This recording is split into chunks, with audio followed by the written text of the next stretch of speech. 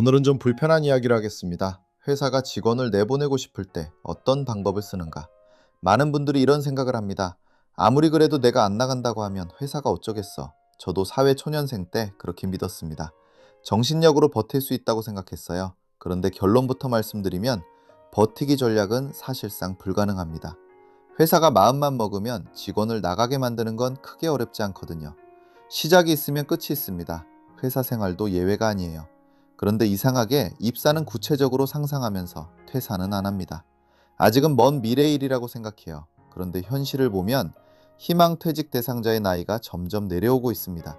과거에는 50세는 되어야 대상에 포함됐는데 요즘은 45세부터 들어갑니다. 45세면 어떤 상황일까요? 30세에 결혼했다고 치면 자녀가 이제 중고등학교에 다니고 있어요. 한창 돈이 들어갈 나이입니다. 그런데 회사에서는 나가도 되는 사람이 된 거예요. 퇴직금과 위로금을 다 합쳐서 1억에서 2억 정도 손해지면 많이 받은 거예요. 그것도 대기업 이야기고 위로금 자체가 없는 회사가 부지기수입니다. 이 돈으로 할 수 있는 게 뭐가 있을까요? 웬만한 프랜차이즈가 3억 이상인데요. 그래서 많은 분들이 생각합니다. 그냥 버티자. 회사가 아무리 난리를 쳐도 꿋꿋이 앉아 있으면 되는 거 아닌가? 그런데 오늘 제가 말씀드릴 건 바로 이겁니다. 회사가 직원을 스스로 나가게 만드는 6단계 전략. 약한 것부터 시작해서 점점 강도가 세지는 순서로 말씀드리겠습니다. 첫 번째, 회사 밖에 파랑새를 보여줍니다. 회사 밖에 더 좋은 미래가 있다고 설득하는 거예요. 이번에 위로금 받아서 자기 사업을 해보는 게 어떻겠냐. 더 늦기 전에 위로금 줄 때 지금이 기회다. 이렇게 이야기합니다. 20년 가까이 회사에 시달렸던 사람한테 내 사업이라는 단어는 엄청나게 매력적으로 들려요. 실제로 많은 분들이 이 환상을 품고 스스로 퇴직합니다. 이게 회사 입장에서는 가장 깔끔한 방법이에요. 직원이 자기 의지로 나간 거니까요. 두 번째, 후배를 먼저 승진시킵니다. 직장인의 자존심을 건드리는 방법 중 가장 강력한 게 이겁니다. 한국에서는 아직까지 선배가 먼저 승진하는 게 일반적이잖아요. 그런데 45세 전후가 되면 상황이 달라져요. 팀장이나 임원이라는 자리가 코앞에 있거든요. 여기서 후배가 먼저 올라가면 어떻게 될까요? 제가 실제로 본 장면이 있습니다. 빠르게 승진한 임원이 자기 고등학교 직속 선배인 팀장에게 반말로 욕하는 모습을요. 그 팀장이 그날 밤 잠을 제대로 잤을까요? 못 잤을 겁니다. 그런데 더 무서운 건 뭐냐면 특정 기술을 퇴직시키기 위해 전략적으로 후배를 승진시키는 경우가 있다는 거예요. 공식적으로 진행되는 게 아니니까 당하는 사람은 심증만 있고 물증은 없습니다. 세 번째, 직무를 바꿉니다. 좋은 말로 하면 로테이션이에요. 현장 중심, 고객 서비스 강화 같은 그럴듯한 이유를 붙이죠. 그런데 실체는 뭐냐면 회계를 하던 사람한테 현장 영업을 시키고 영업을 하던 사람한테 기술 지원을 시키는 겁니다.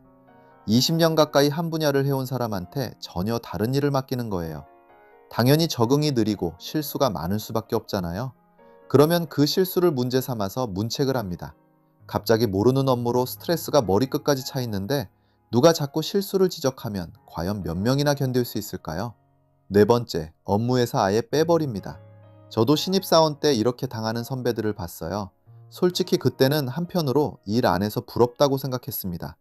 그런데 막상 그 입장이 되면 이게 얼마나 치욕적인 건지 알게 됩니다. 상상해 보세요. 모두가 정신없이 바쁘게 움직이고 있는데 혼자 멀거니 앉아 있는 겁니다. 점심시간에 동료들이 프로젝트 이야기로 갑론을박하고 있는데 혼자 무슨 소리인지 모르는 거예요. 물론 대놓고 일을 안 주진 않아요. 프로젝트 대기 같은 이유로 중간에 붕 떠 있는 시간이 점점 길어질 뿐입니다. 다섯 번째, 왕따를 만듭니다. 보통 업무 배제까지 가면 대부분 스스로 나갑니다. 그런데 끝까지 버티는 분들이 계세요. 그러면 여기서부터는 업무를 넘어서 개인적인 영역까지 괴롭힘이 시작됩니다. 그런데 무서운 건 이게 누군가가 의도적으로 주도하는 경우도 있지만 너무나 자연스럽게 왕따가 만들어지는 경우도 많다는 겁니다. 어떻게 그런 일이 벌어지냐고요? 이렇습니다. 상위 부서에서 부서당 몇 퍼센트의 퇴직자 목표를 내려보냅니다. 부서에서는 조건에 맞는 사람을 추려서 면담을 하죠. 그런데 그 사람이 안 나가면 어떻게 되냐? 목표를 못 채운 부서장이 역으로 불이익을 받습니다. 그러면 부서장은 어떻게든 맞추려고 하고 대상자가 안 나가면 옆 사람이 나가야 할 수도 있는 상황이 됩니다. 자연스럽게 분위기가 만들어져요. 오래 다니셨는데 원래 하시는 일도 많지 않았던 것 같은데? 이런 온갖 합리적인 이유들이 붙기 시작합니다.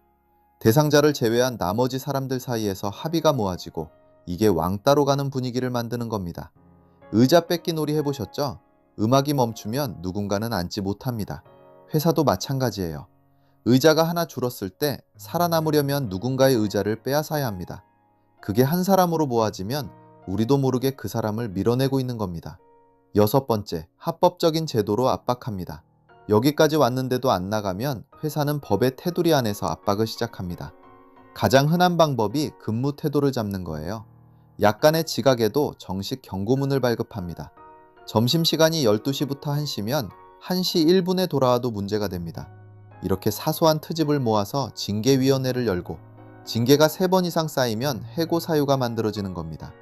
달성하기 어려운 목표를 주는 것도 방법이에요. 도저히 못 맞출 실적을 요구하고 못 맞추면 또 경고문과 징계가 나갑니다. 이렇게 일일이 트집을 잡으면 아무리 강한 정신력을 가진 사람도 버티기 어렵습니다. 회사는 법을 철저히 지키면서 압박하는 부분에 엄청난 노하우를 가지고 있어요. 정리하겠습니다. 파랑새를 보여주고 후배를 승진시키고 직무를 바꾸고 업무에서 빼고 왕따를 만들고 합법적으로 압박합니다.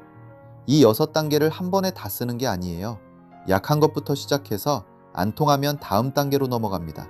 단계가 올라갈수록 당하는 사람의 자존감은 바닥을 찍습니다. 이 이야기를 왜 드리느냐? 겁을 주려는 게 아닙니다. 우리가 기억해야 할 사실이 하나 있어서입니다.